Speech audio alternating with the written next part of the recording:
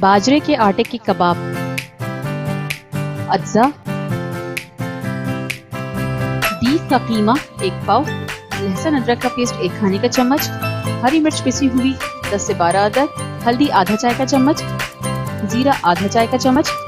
गरम मसाला 1/4 चाय का चम्मच, सोडा 1/4 चाय का चम्मच, चाइनीज नमक 1 चाय का चम्मच,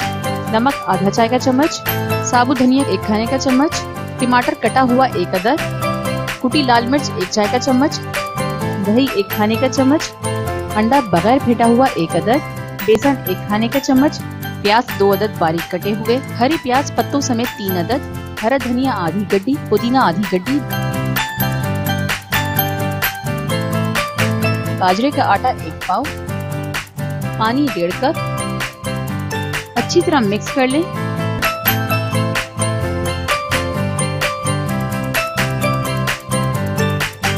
कबाब को गोल शेप में बनाकर फ्राई करें।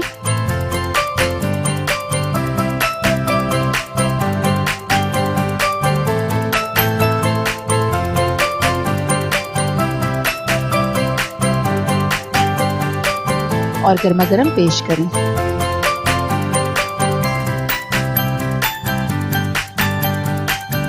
Brown tomato, like and subscribe.